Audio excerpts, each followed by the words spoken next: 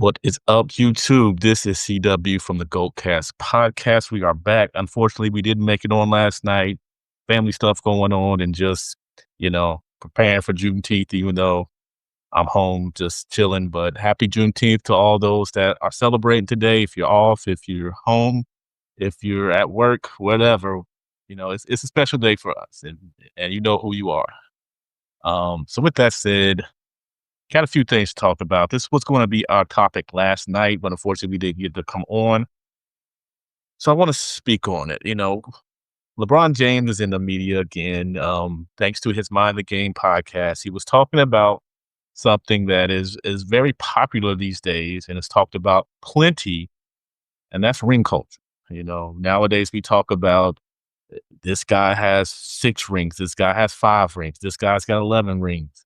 And it's come up a lot in the GOAT debate. We all love the debate. We all love talk about Jordan and LeBron and Kareem and whoever else you got in there, Kobe nowadays too.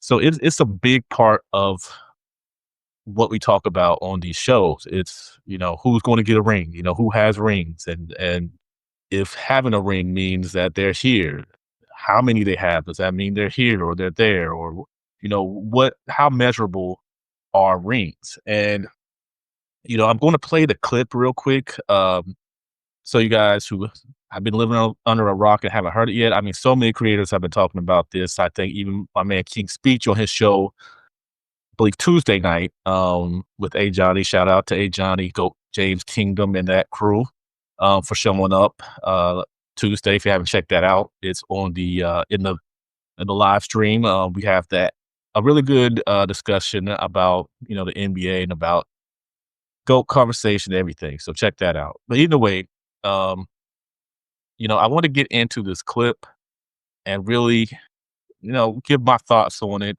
because it might be a little bit surprising on what I have to say. So let me play this. Let me cue this up, and we're going to listen to what LeBron had to say about ring culture.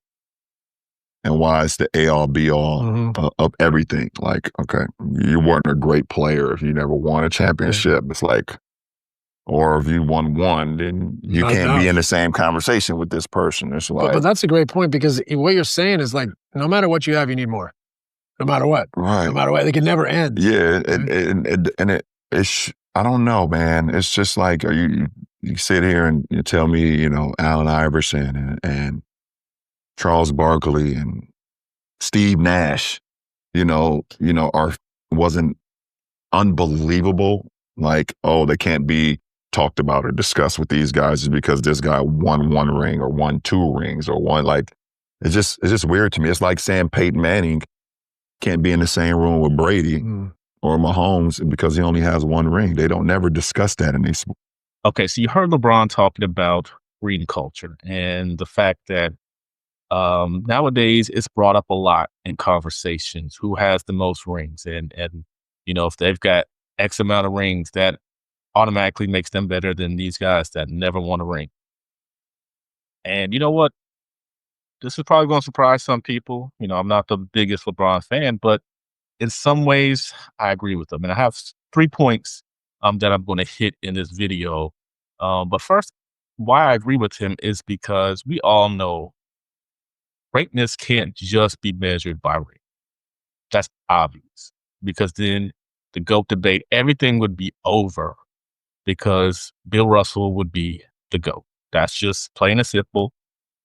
That would be a fact. If all we're measuring when we're thinking about greatness is rings, Bill Russell's the GOAT. So us Jordan fans, we would have to just concede. LeBron fans would have to concede, even though they have this accolade, this award, these these great things that they've done throughout history, the NBA history. We have to crush all of that, and Bill Russell has to be crowned the GOAT. But that's just not how it works, and it can't work. And we know, there's some things that, the one place I do disagree on with LeBron is we don't downgrade anybody because they did win rings. Allen Iverson is still one of the most influential basketball players of all time. Just the culture he brought to the game. And I don't think we're down on guys like Charles Barkley, Karl Malone, John Stockton, um, Dominique Wilkins to a certain degree. These guys that never won a championship. I think we do give them their proper respect, and that should be a given because to be great in the NBA is a hard thing to do because you're playing against the best of the best.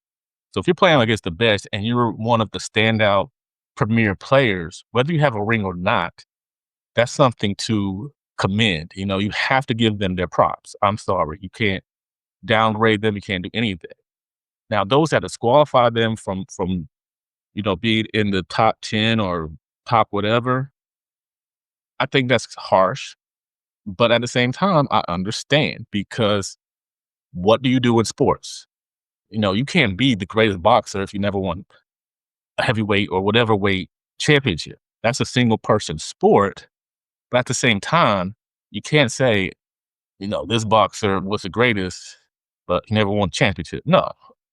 And that should be the case in any sport. Any sport, you're going to say these guys are up here because they completed the job.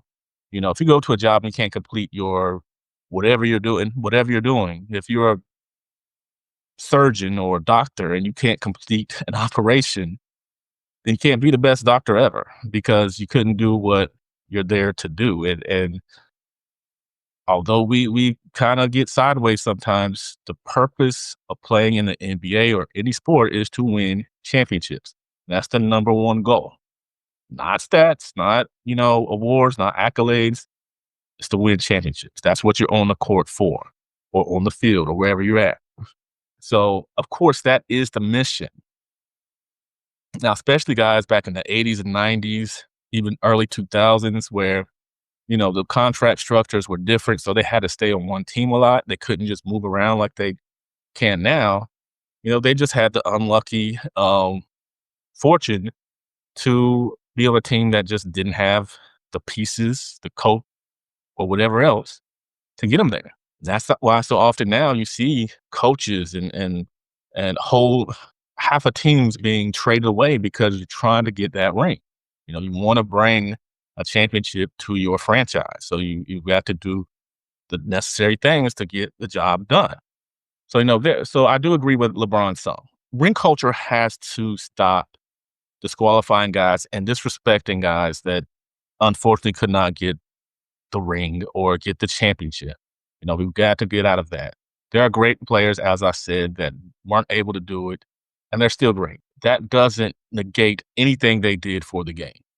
So we have to stop with the Stockton has no rings, so he's not the top point guard. He is. He just ran into a juggernaut when he was playing at his peak. So, we have to get out of that mentality. But some points I want to hit really quick on this topic are, do they matter? The first point I want to make is I actually think ring culture has actually hurt Michael Jordan's case. And I know some of you will go crazy and sound the alarm, but hear me out. Now, a lot of us weren't around in the 70s or the 60s. There may be some, and even earlier than that, 50s, with George Mikan and them. But the thing we saw, especially 80s up, and excluding the 90s, but we saw the juggernauts face each other in the 80s. We saw the Celtics. We saw the Lakers. We saw, Moses Malone Sixers. We saw all these teams that we consider juggernauts, the Detroit Pistons. And we saw, the Lakers get it this year, and then the next year the Sixers would get it, and then the Boston Celtics would just dominate, and then the next year it'd be the Lakers that win it, and it would go back and forth, and these guys, these greats, these legends would battle it out for the rings, and you just never knew who was going to come home with it. It was just up for grab. 2000s, you had the Lakers, the Spurs, the Pistons for a little while, then Boston came through, and then had the Lakers come back and it was just, you saw these juggernauts, you saw the Lakers and Spurs have to go at it. You saw the Sacramento Kings and the Lakers, and championship caliber teams facing off against each other, and you never knew who was going to come out on top. Same thing in 2010s. We saw, the Spurs, continue their dynasty. We saw the Golden State Warriors become a dynasty, So with that said, LeBron's rings will look a little more important because you're facing championship caliber teams. You beat a San Antonio Spurs who had prior championships. You've beaten a Golden State Warrior team that had won the championship in 2015 and continued their dominance throughout. So his 2016 chip looks a little more important because of what the Golden State Warriors were and also what they became. Unfortunately, Mike didn't have that. And going back to that, if Golden State only won that 2015 championship and, had the 2016 season, but after that fizzled out, I don't think we would hold 26 as highly as we do.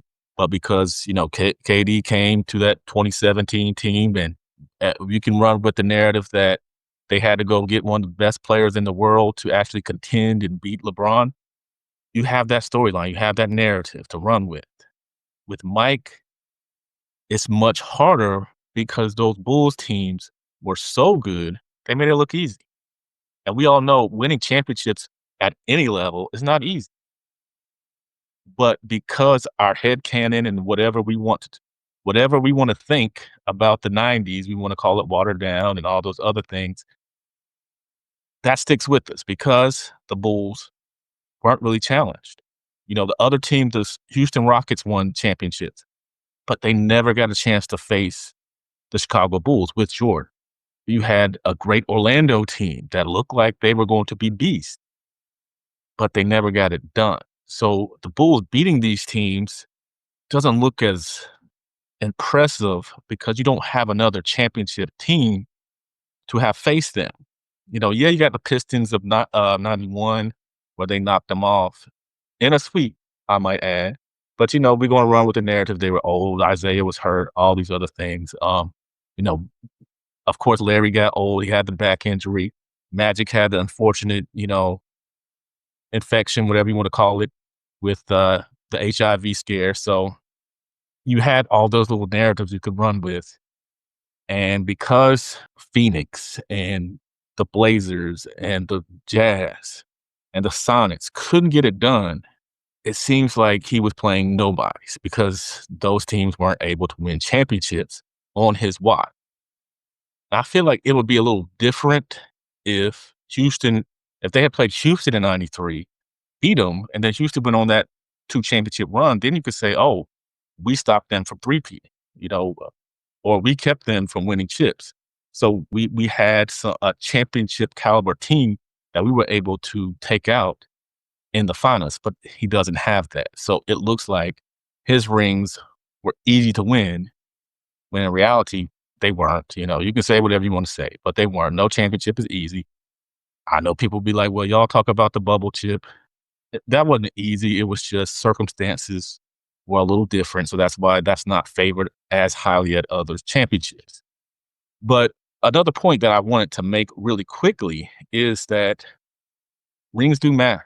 It should matter as far as where we rank guys, because as I said before, if you can't win a championship, how can we call you the greatest or one of the greatest of all time? It's just impossible to do that when you can't complete the mission. But why I say rings matter is because what's the one measurable thing we have throughout the inception of the NBA until today? Championships. So championships do matter because we can measure who's won rings. There are accolades that weren't around at the beginning. There were awards that weren't around at the beginning. There were stats that weren't tracked really at the beginning. So it's hard to come up with one measurable metric for greatness. We know it, different eras, all those different things.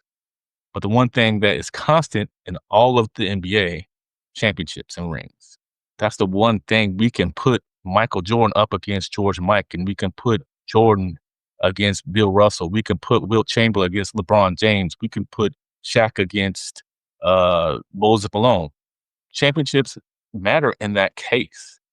Of course, we have to take into account errors and rules and teams and all that other stuff that we always do and you always hear the GOAT debate. But the one thing you can absolutely compare is who has how many and when they happened, what era they happened, all those things. That is one constant we do have when we're comparing greats to greats. But of course, like I said, there's so many caveats and, it is what it is. But that's pretty much all I wanted to say really quickly on this topic. Hope you guys enjoyed. Got a quick little commercial, been playing it here and there. So you guys, hopefully you guys will either join or come and watch what we're calling the GOAT debates, which are not all about Jordan and LeBron. And it's just a title going along with the GOATcast podcast. But make sure you guys check out. I think we're going to try to, if everything goes right, we'll try to start uploading these next week at some point. So be on the lookout. If you'd like to, please like this video, please subscribe and come check us out. We're trying to get a little bit of momentum going. I thank those that have subbed, those that have dropped comments, likes, everything. We really appreciate you guys. We appreciate those guys that have come on the show and helped us out. Definitely shout out to King's Speech Road, Sports Talk Only, Rondell, Big Nige, everybody who's kind of a part of the crew. If you catch this video, check out King's Speech's 10 Toes Down podcast tonight. This is on June 19th, Juneteenth. But if you see this at another time, make sure you check that out. It'll be on the channel. So with that said, I'm going to drop this little commercial and we'll be out. How many all defense? That's a And he media came into driven the league at award. 18. So you So even if Kobe checked the box of like tougher competition, he doesn't win in Finals MVPs. He doesn't win MVPs. He doesn't win in all NBA selection. He doesn't win in stats. He doesn't win in everything. A lot of that is there's a guy who's not Those in Steph matter. Curry's league. Hold on, but there are guys who are not in Steph Curry's league who have 2 Finals MVPs. Listen, would Kareem be top 3 if he didn't have 6 Finals MVPs Okay, here's a good one. Here's a good one. or 6 MVPs? Yeah. I sound like one because I use your logic in a fight, and then you don't see the parallels. Because that makes you an idiot, not me. Questions before you answer questions. That's whack, man. You're whack, dude. You ask See, leading questions like big- From Ray Allen, yeah. Okay. On a very small. So you can't play the he was old card. He did not impact the Miami Heat team like Dennis Rodman impacted that Bulls team. Like, let's not go that far. He impacted in that 2013 finals. In that one moment, yes.